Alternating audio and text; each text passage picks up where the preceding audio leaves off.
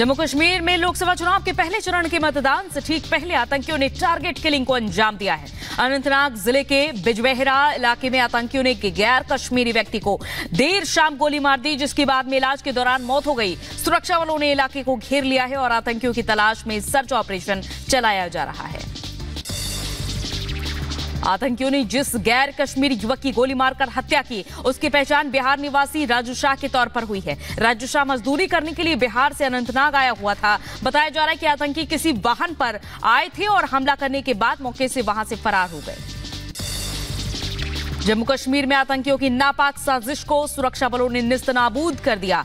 पुंछ के जंगलों में सुरक्षा बलों ने ताबड़तोड़ कार्रवाई कर आतंकी ठिकानों को नष्ट कर दिया है। गुरसाई के घने जंगल में आतंकियों ने एक गुफा नुमा ठिकाना बनाया था, जिसके अंदर 20-20 किलो के 3 आईडी जब्त हुए हैं, जिन्हें दूर ले जाकर नष्ट किया गया।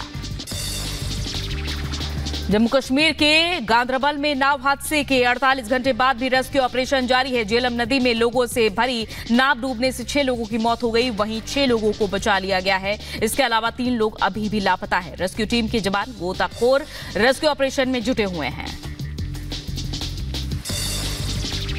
हैदराबाद से हैरान कर देने वाला एक और वीडियो सामने आया है, जहां वीडियो में एक ट्रक ड्राइवर ने बाइक सवार को टक्कर मार दी और इस दौरान बाइक ट्रक के बाईं तरफ के पहिए के नीचे आ गई।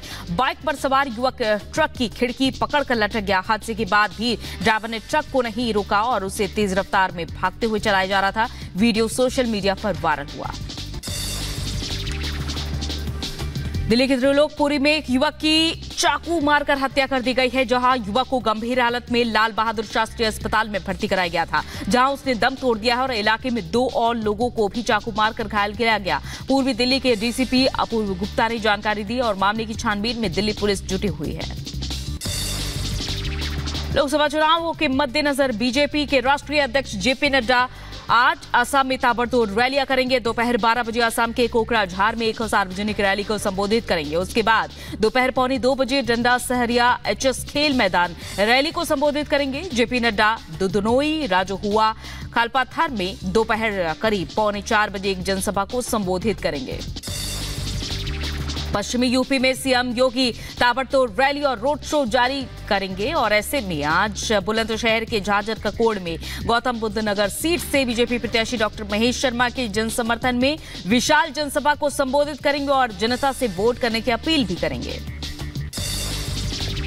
आरएलडी के अध्यक्ष जयंत चौधरी आज बागपत से अपने चुनाव प्रचार की शुरुआत करने वाले हैं। बीजेपी से गठबंधन में मिली दोनों सीटों पर जीत के लिए आरएलडी ने पूरी ताकत झोंक दी है। बड़ौत और छपरौली विधानसभा क्षेत्र में जयंत शक्ति रथ पर सवार होंगे और शाम 6:30 बजे बड़ौत स्थित पार्टी कार्यालय में इसका समापन करेंगे।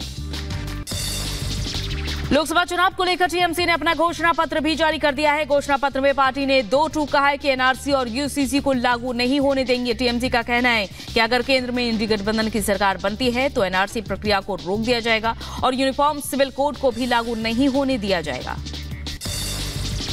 टीएमसी के घोषणा पत्र में सीए और एनआरसी को खत्म करने के जिक्र पर बीजेपी सांसद दिलीप घोष का बयान कहा, सबसे पहले तो आप ऐसा तभी कर पाएंगे जब आपका कोई उम्मीदवार संसद पहुंचे। ये पागलपन है, उन पर कोई विश्वास नहीं करता और उनके हाथ में कुछ भी नहीं है। लोकसभा चुनाव से ठीक पहले पीएम मोदी ने बीजेपी एनडीए उम्मीदवारों को चिट्ठी लिखी, मतदाताओं तक पहुंचने के लिए संदेश दिया और इसमें आगामी चुनाव को लेकर पीएम ने सभी कैंडिडेट्स का उत्साहवर्धन किया। मोदी ने अपने संदेश में कहा कि ये चुनाव देश के वर्तमान को उज्जवल भविष्य से जोड़ने का एक अवसर है।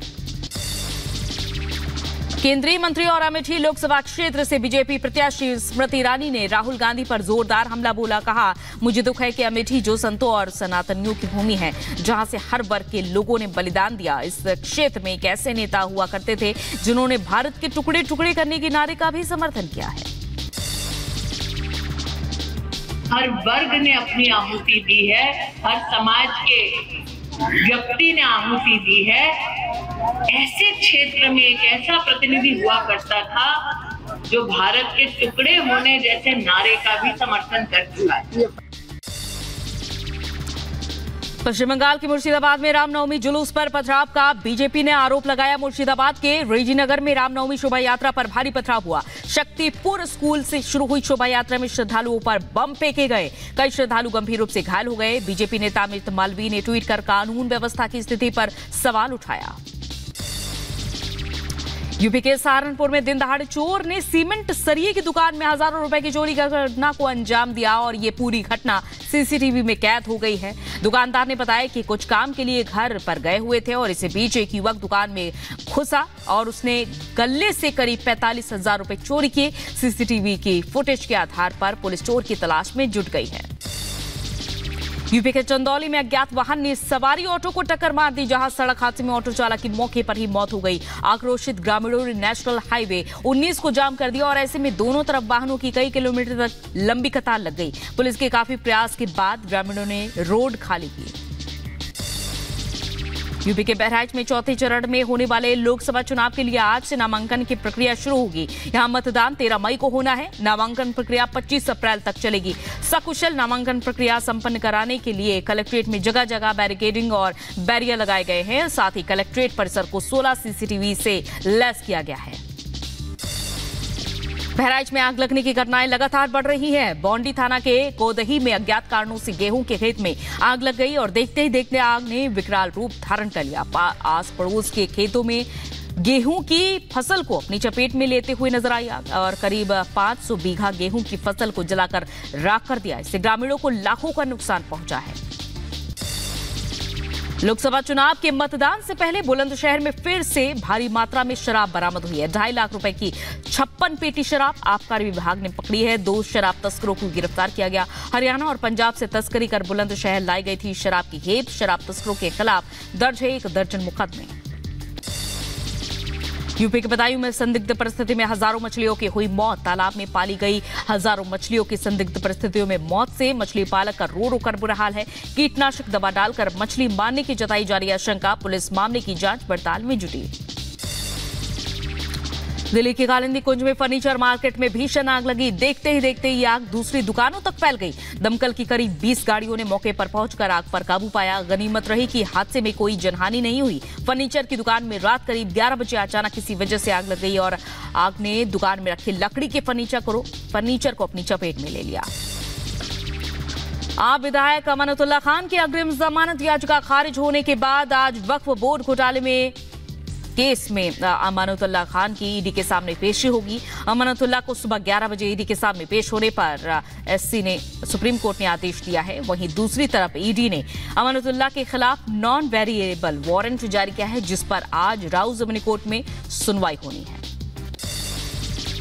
गृह मंत्री अमित शाह आज गांधीनगर में 3 रोड शो और रैली करने वाले हैं। शुक्रवार को नामांकन दाखिल करने से पहले आज अपना पहला रोड शो अहमदाबाद जिले के सानंद शहर में, दूसरा गांधीनगर जिले के कलोड शहर में करेंगे। दिल्ली शराब घोटाले से जुड़ी मनी लॉन्ड्रिंग का मामले में आज कोर्ट में मनीष सिसोदिया की पेशी होनी है। मनीष सिसोदिया की न्यायिक हिरासत आज खत्म होने के बाद राउ जोन कोर्ट में पेश किया जाएगा।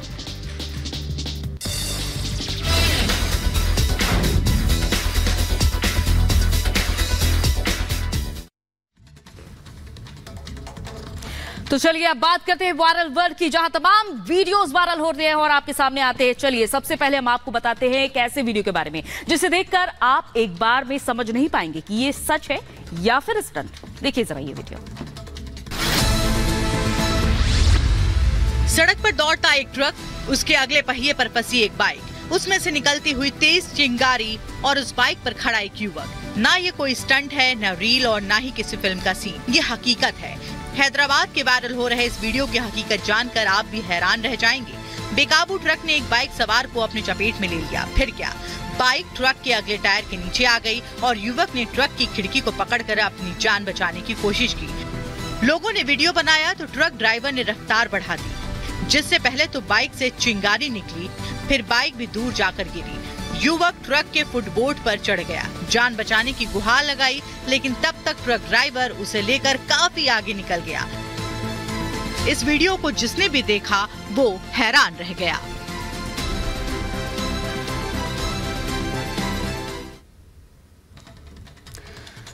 तो वहीं आजकल युवाओं में रील का क्रेज जोरदार देखने को मिल रहा है। जहां रील बनाकर कोई हिट हो जाता है तो कोई जेल में फिट हो जाता है। ऐसा हम क्यों कह रहे हैं, ये हम आपको इस वीडियो के जरिए बताते हैं।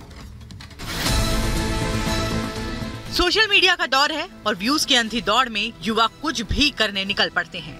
सोशल मीडिया पर फेमस होने के लिए युवा अपनी जान के साथ दूसरों की जान की भी परवाह नहीं करते। अब इनको ही ले लीजिए, ये चले थे रील बनाकर पॉपुलर होने, लेकिन पुलिस ने इनके सारे खेल पर पानी फेर दिया। नई दिल्ली में आधी रात को 1-2 नहीं बल्कि 28 युवक रील बनाने के लिए बाइक से निकले, वो भी बिना हेलमेट के। लेकिन तभी पुलिस ने इनको बीच रास्ते धर लिया। सभी बाइक सवारों को रोक लिया और बिना हेलमेट के सफर करने के आरोप में गिरफ्तार कर जेल में डाल दिया। पुलिस ने जब पूछताछ की तो पता चला कि ये रील बनाने निकले थे, जिसके बाद पुलिस ने इन सभी की बाइक को सीज कर दिया और जांच जारी है। ऐसे तो आपने शादी के कई सारे वीडियोस देखे होंगे, लेकिन अब जो हम आपको वीडियो दिखाने जा रहे हैं उसे देखकर आप हैरत में आ जाएंगे। और ये वीडियो तेजी से वायरल हो रहा है। आखिर ये शादी क्यों है खास, जरा देखिए इस वीडियो में। किसी ने सच कहा है कि प्यार करने की कोई उम्र नहीं होती। यहाँ भी कुछ ऐसी ही तस्वीर सामने आई है। 70 साल के बुजुर्ग शादी के पवित्र बंधन में बंध गए। 70 साल के बुजुर्ग शादी के पवित्र बंधन में बंध गए। जहाँ आज की युवा पीढ़ी प्यार में तो विश्वास करती है लेकिन शादी नहीं करना चाहती, तो वहीं यूपी के सीतापुर की अनोखी कहानी चर्चा का विषय बनी हुई है और इनकी शादी का वीडियो काफी तेजी से वायरल हो रहा है। बताया जा रहा है कि सीतापुर के एक आश्रम में 1 साल पहले दूल्हा बने बुजुर्ग रहने आए थे। यहीं पर उनकी मुलाकात 70 साल की महिला से हुई। दोनों की जान पहचान बढ़ी तो इन्होंने जिंदगी साथ बिताने का फैसला किया।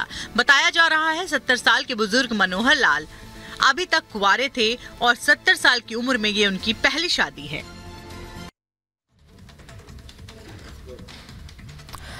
और अगला वायरल वीडियो चोरी की घटना से जुड़ा हुआ है और चोरी भी ऐसी की गई है कि किसी को खबर तक नहीं लगी। देखिए इस वीडियो में।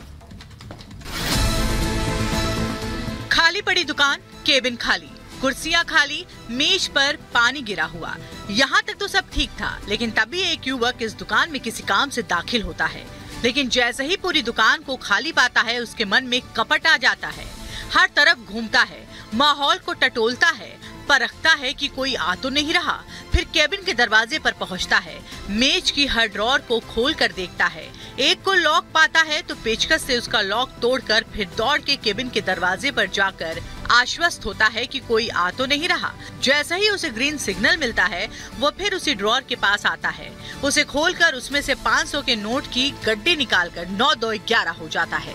चोरी की यह घटना यूपी के सहारनपुर की है, जहां एक सीमेंट सरिया की दुकान का मालिक जैसे ही खाना खाने के लिए बाहर गया, वैसे ही चोर ने वारदात को अंजाम दिया। बताया जा रहा है कि चोर ने ड्रॉर से 45,000 रुपए चोरी किए। दुबई में जहां बाढ़ से हाहाकार मचा हुआ है, कई तरह के चौंकाने वाले वीडियो सामने आए हैं, लेकिन